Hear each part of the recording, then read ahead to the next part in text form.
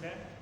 तो बेटा क्लास 9 में एक्सरसाइज हमारी कौन सी चल रही थी? 6.1 एक्सरसाइज 6.1, ठीक है। और इसमें हमने क्वेश्चन नंबर 17 तक बात कर लिया था, यानी कि 17 तक मैंने सॉल्व करवा दिया था, ठीक है। तो आज क्वेश्चन नंबर 18 देखते हैं। लाइन्स एंड एंगल हमारा चैप्टर भी चला था, याद है ना सबको? ऐसा तो नहीं कोई पता ही ना कौन सा चैप्टर क्या चल रहा है। तो क्वेश्चन नंबर 18 देखते हैं, ठीक है। क्वेश्चन नंबर 18 में बोला है two adjacent angle on a straight line are in the ratio 3:7। दो एंगल है बेटा, मान लिया ए और बी। क्या मान लिया? ए और बी दो एंगल है जो बोला गया है 3:7 के रेशियो में दिया। Find the measure of each of these angle. तो हमको इनके मेजर यानी कि एक्चुअल वैल्यू फाइंड करना है। तो रेशियो पता है ना, हमको निकालना है इनकी वैल्यू, ठीक है। तो देखो कैसे करते हैं। HM की चल रही बेटा बुक, ठीक है, NCERT नहीं। यहाँ पर बोला गया है दो एडजेसेंट एंगल हैं on a straight line. Straight line पहले बना लेते हैं बेटा। स्ट्रेट लाइन ये होती है, ये एक स्ट्रेट लाइन है। इस स्ट्रेट लाइन पे दो एडजेसेंट एंगल बनाना है। एडजेसेंट एंगल क्या होता है? कॉमन और एक कॉमन वर्टिसेस, यानी ये हमने पॉइंट को ही मान लिया बेटा। यहाँ से हमने एक ये लाइन बना दिया। अब देखो, जब हम इस एंगल की बात करेंगे और इस एंगल की बात करेंगे तो दोनों एडजेसेंट एंगल है कि नहीं है? क्योंकि ये पॉइंट जैसे O है, ठीक है, इसको O मान लिया। यहाँ पर कैपिटल A कैपिटल B ना रखो, इसको हमने मान लिया बेटा X एंड Y। क्यों? क्योंकि यहाँ पर हम A मानेंगे, ठीक है, A B and C।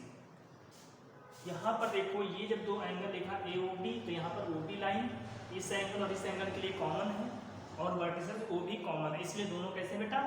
Adjacent angle है। आप कैसे भी बना सकते हो इसमें, ऐसे भी कैसे भी, बस दो एंगल हमको बनाने हैं एडजेसेंट एंगल, ठीक है। इसका नाम मैंने रख दिया, इसको हमने x माना था और ये y है। तो x y की वैल्यू हमको फाइंड आउट करना है। तो यहाँ से देखो, हमने ये भी बताया था जब रेशियो में दिया होता है तो हम कॉमन रेशियो को मान के इसकी वैल्यू लिख लेते हैं। तो मान लेंगे लेट कॉमन रेशियो, इनका कॉमन रेशियो क्या है बेटा? कॉमन रेशियो में स्मॉल a मान लिया। क्या मान लिया? स्मॉल a, इसलिए x की वैल्यू क्या हो जाएगी? 3a हो जाएगी एंड y की वैल्यू क्या हो जाएगी? 7a हो जाएगी, ठीक। कॉम्बिनेशन ही दोनों में a हो गया। अब यहाँ से अगर हम ऐड करें x एंड y तो क्या हो जाएगा? x plus Y is equal to 180। क्यों? क्योंकि ये क्या बना रहे हैं? लीनियर पेयर बना रहे हैं। क्या बना रहे हैं? लीनियर पेयर,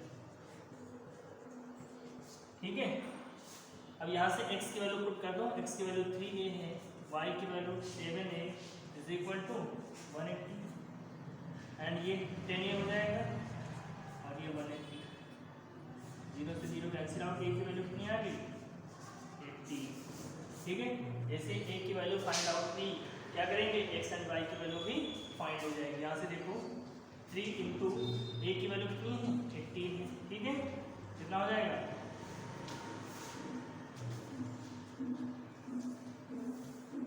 54 डिग्री, ठीक है।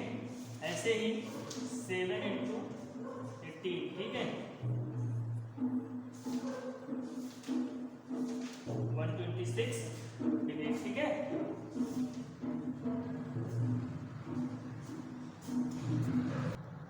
अब बेटा क्वेश्चन नंबर 19 देखते हैं, ठीक है।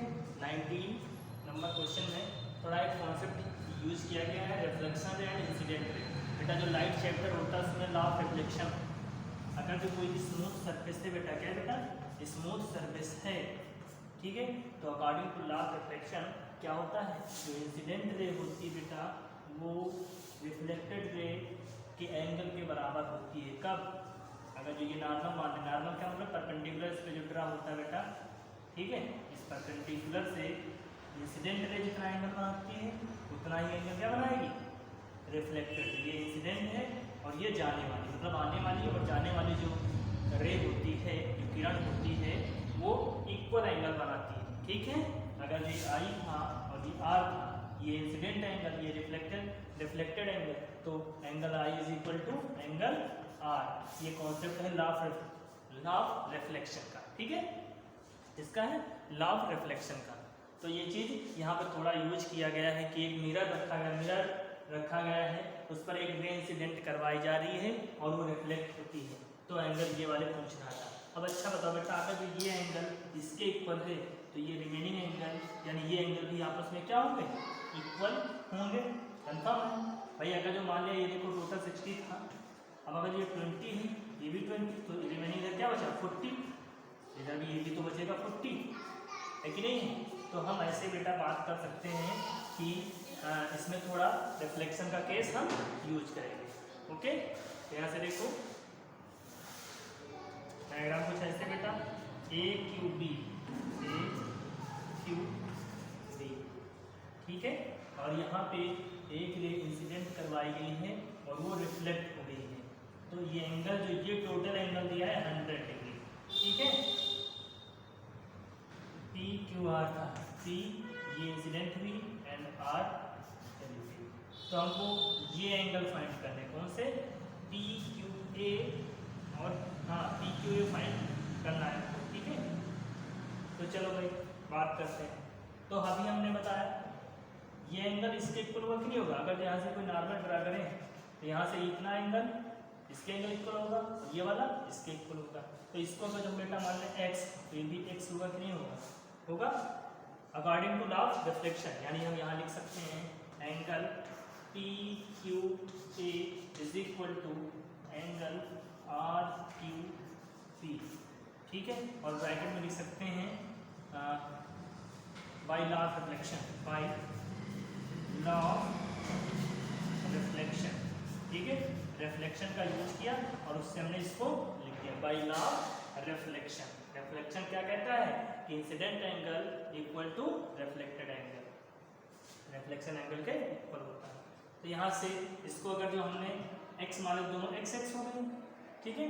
अब यहाँ से टोटल एंगल लिखना चाहें तो क्या हो जाएगा, 180 के बराबर होगा कि नहीं होगा, यानी दोनों एंगल सभी एंगल को ऐड करते हैं तो एंगल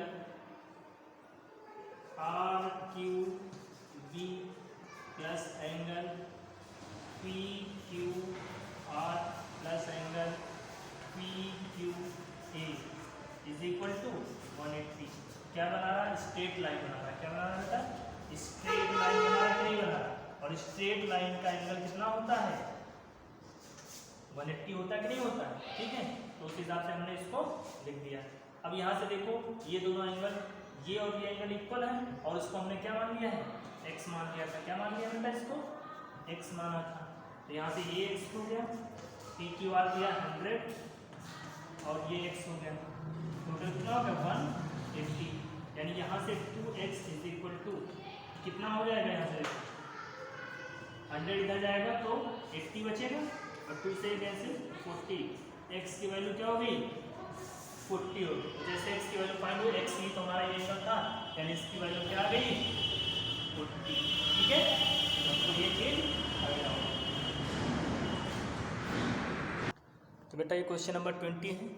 देखो इसमें क्या कह रहा है कि जो लाइन AE है बेटा, कौन सी लाइन AE, इस वाले एंगल DAD, इस एंगल को क्या करता है, इस वाले एंगल को बाइसेक्ट करता है।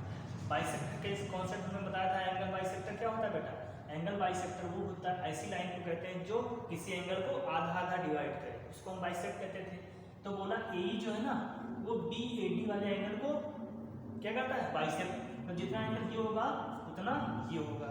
अब अगर हमने इसको x मान लिया तो ये भी क्या होगा बेटा, x होगा या नहीं होगा, क्योंकि दोनों इक्वल एंगल है, बाइसेक्ट कर आधा आधा, जितना ये अमाउंट होगा उतना ये अमाउंट होगा। ऐसे ही बोला जो तुम्हारा AF लाइन है ना, ये इस वाले एंगल को बाइसेक्ट करता है, यानी जितना एंगल ये होगा उतना ये एंगल ये होगा, ठीक है। अब इसको हमने मान लिया y, तो ये भी क्या होगा y, ठीक है। इतना समझ में आया। और क्या बोला गया है, जो एंगल EAF है, कौन सा एंगल बेटा, एंगल EAF, ये दिया है 90, बोला है कि ये दोनों लाइन क्या है परपेंडिकुलर है। तो हमको दिखाना है कि जो BAC है, कौन सी BAC पॉइंट है, ये क्या है कोलिनियर है, क्या बेटा कोलिनियर। कोलिनियर का मतलब क्या होता है, कोलिनियर का मतलब होता है कि एक लाइन में होगा, ये तीनों पॉइंट कहाँ पर हो, एक लाइन पर हो। BAC पॉइंट को हमको कोलिनियर प्रूव करना था। कोलिनियर तभी होंगे जब ABC तीनों पॉइंट एक लाइन पर हो, उसी को लीनियर लीनियर का मतलब क्या, लाइन से होता है ना, संरेखीय, इसको संरेख बोलते हैं, हिंदी में क्या बोलते हैं, संरेख, और इंग्लिश में कोलिनियर। तो एक लाइन होनी चाहिए, अगर जो तीनों पॉइंट ए और बी सी एक लाइन में है तो इसको कोलिनियर कहेंगे। अब अच्छा एक लाइन में है तो अगर हम पूछे बेटा एंगल कितना बना रहे हैं तीनों पॉइंट मिलकर के, तो 180 क्या बनाएंगे, लाइन कब बनती, स्ट्रेट लाइन, जब एंगल 180 होता है कि नहीं। यहाँ पर अगर हम बात करें एंगल ये क्या होगा, 180 होगा, तभी तो ये देखो पूरे तीनों पॉइंट कैसे आ जाए, एक लाइन में आ जाएंगे। ठीक है, यानी हमको प्रूव क्या करना है, हमको प्रूव करना है BAC जो एंगल बनाएगा वो 180 है। ठीक, 180 अगर हम उसको प्रूव कर दिए तो हमको पता चल जाएगा कि ये क्या है, कोलिनियर। ठीक है, तो यही चीज अब हम लोग करेंगे। ओके, तो चलो भाई सॉल्व करते हैं। अब देखो यहाँ से अगर जो एक चीज निकाले, क्या ये 90 है कि नहीं, यानी एंगल अगर जो हम बात करें तो इसको लिख सकते हैं एंगल EAF, एंगल EAF। इसको अगर तोड़ें तो ये दो भागों में टूटा है, कौन कौन सा, EAD, angle EAD plus angle FAD, ये दो एंगल, ये जो बड़ा वाला एंगल 90 है बेटा, इसका और इसका मान टूटा हुआ इससे, और ये एंगल दिया कितना था, 90 दिया था परपेंडिकुलर, इसको हमने कितना माना, EAD को हमने माना x और इसको माना है y, तो x प्लस y क्या आ गया, 90 आया कि नहीं आया, ये कंफर्म हुआ। ठीक है, यहाँ पर लिख लेंगे left BAE angle is equal to x, then by angle bisector this angle भी आल्सो x, इधर मानेंगे angle CAF is equal to y and by angle bisector FAD also y हो जाएगा। ठीक है, फिर इसके बाद हमने ये इक्वेशन बना ली, कैसे, EAF हमको एंगल जो गिवन था उसका बात करते हैं, गिवन हमको 90 डिग्री था तो हमने इसको तोड़ के लिख लिया। अब टोटल एंगल लिख दें, क्या लिख दें, अगर जो हमको लिखना हो कि एंगल BAC, क्या लिखना हो, BAC, क्योंकि हमको BAC पॉइंट को क्या दिखाना है, कोलिनियर, यानी कि BAC जो एंगल बनाएगा, यानी ये जो टोटल एंगल बनाएगा ये हमारा क्या होना चाहिए, 180 होना चाहिए। तो हम कह सकते हैं कि क्या कोलिनियर है, तो BAC को क्या लिख सकते हैं बेटा, टोटल एंगल लिख दो, क्या है, और कौन सा एंगल है, अगर लिखना चाहें तो पूरा एंगल लिखो, क्या हो जाएगा, अगर ये लिख दें ये एंगल प्लस ये एंगल, दो ही एंगल लिख दो, अब भी काम चल जाएगा, चाहे इतना लिखो इतना लिखो इतना लिखो इतना लिखो, तो चाहे टोटल लिख दो, टोटल क्या है बेटा, BAD प्लस DAC, क्या लिख दें, DAC। ठीक है, अब अच्छा बताओ BAD क्या है, BAD ये x और ये x मिलकर क्या हो जाएगा, 2x हो जाएगा। DAC क्या है, DAC y प्लस y कितना हो जाएगा, 2y हो जाएगा। अरे हुआ कि नहीं होगा, और यहाँ से अगर हम 2 कॉमन ले लें तो क्या हो जाएगा, x प्लस y हो जाएगा। एंड इसको इक्वेशन हमने जो फर्स्ट मान लिया होता तो अपना equation first x plus y is equal to 90, तो यहाँ से देखो 2 into 90 एंड गिव्स आउट 180। अब एंगल हमको BAC क्या पता चल गया, 180 है, इसलिए लिख सकते हैं hence point BAC are collinear, क्या लिखेंगे, point BAC are collinear. Okay,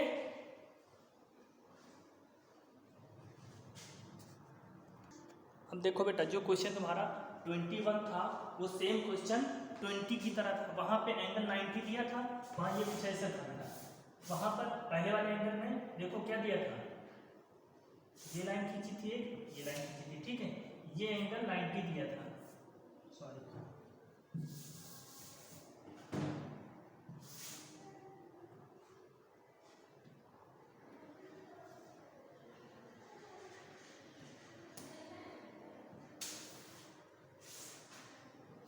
ठीक है, ये एंगल 90 दिया था वहाँ पे, और यहाँ पर हमको ये प्रूव करना है, क्या करना है, प्रूव करना, और बाकी सब कॉन्सेप्ट वही है जो लिखा था, इसको x मानेंगे तो ये भी क्या हो जाएगा, x होगा, इसको y मानेंगे तो ये क्या हो जाएगा, y हो जाएगा। अब यहाँ पर हमको क्या गिवन है कि एक लाइन है, जो यहाँ पर पॉइंट वाले थे ना A B और C, BAC क्या है, लाइन है, यानी BAC जो एंगल है वो 180 गिवन है यहाँ पे। ठीक है, ये एंगल टोटल क्या होगा, 180 होगा। अब यहाँ से हम सबको रख लेंगे, तो यहाँ से देखो 2x plus 2y, 2x plus 2y is equal to 180। तो x प्लस वाई क्या हो जाएगा 90 हो जाएगा। और जब ये एंगल लिखेंगे ना तो क्या होगा x प्लस वाई 90 आ जाएगा। ठीक है, तो क्वेश्चन आसान था, सेम है वैसे वही कर लेना। एक क्वेश्चन नंबर 22 देखते हैं। 22 में क्या बोला गया है? क्वेश्चन नंबर 22 में कहा गया है कि find the value of x y and z। ठीक है, जो चीज केवल वो चीज हमने लिख दिया है। एंगल BOC 63 दिया है। तो अगर जो हम बात करें बेटा यहाँ से तो x की वैल्यू फाइंड आउट कर सकते हैं। क्यों? क्योंकि यहाँ से अगर देखें AOD angle AOD is equal to angle CBOC। क्यों बेटा? यहाँ पे रीजन लिखना होगा। रीजन क्या है? ये एंगल इनको क्या बोला था? हमने बोला था जब दो लाइन एक दूसरे को इंटरसेक्ट करती हैं तो ऐसे एंगल को क्या करते हैं? Vertical opposite angle. क्या बोलते हैं इसको? Vertical opposite angle. सीधा बिंदु, यानी कि ये क्या है? वर्टिकल अपोजिट एंगल है। कौन सा एंगल है? Vertical opposite angle. और वर्टिकल अपोजिट एंगल क्या होते हैं बेटा? इक्वल होते हैं।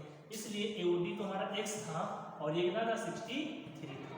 तो ये फाइंड आउट हो गया। x की वैल्यू क्या होगी? 63। क्या है? वर्टिकल अपोजिट एंगल, सीधा बिंदु कोण है। ठीक है, अब अगर जो हम बात करें बेटा तो यहाँ से देखो x और z या x और y दोनों को मिलाकर देखो क्या बना है? लीनियर पेयर बना रहा है कि नहीं बना रहा? Linear pair. ठीक है, और चाहे क्या करो x y या इसको z और 63 को ऐड करो, लीनियर पेयर बना रहा। तो यहाँ से लिख लेते हैं एंगल कौन सा? BOD plus angle BOC is equal to 180। क्यों? क्योंकि ये लीनियर पेयर बना रहे हैं। क्या बना रहे हैं? लीनियर पेयर या रैखिक युग्म। ठीक है, रैखिक युग्म बना रहे हैं। BOD क्या है? Z है प्लस ये 63 गिवन है, ये 180 हो जाएगा and Z is equal to क्या हो जाएगा? माइनस कर दो 7, यहाँ बचा 7 से 6 या 117 डिग्री। Z की भी वैल्यू पता चल गई। अब Y की वैल्यू कोई बता सकता है? Y तो Z के बराबर होगा और ये 117 डिग्री। क्यों होगा? क्योंकि वर्टिकल अपोजिट एंगल। क्या बेटा? वर्टिकल अपोजिट एंगल भी यहाँ लिख सकते हो। ये एंगल इसके इक्वल होगा, ये एंगल इसके इक्वल होगा बाई वर्टिकल अपोजिट एंगल। ठीक है, वर्टिकल अपोजिट एंगल होने की वजह से एंगल इसके इक्वल होगा। और इसलिए हमने Z की वैल्यू जैसे निकाला Y की वैल्यू Z की पता है कैसे निकाला? ये एंगल और ये एंगल मिलकर एक स्ट्रेट लाइन बना रहे हैं, लीनियर पेयर बना रहे हैं। ठीक है, तो हमने लिख दिया। ओके, तो क्वेश्चन को बेटा जल्दी से देखो।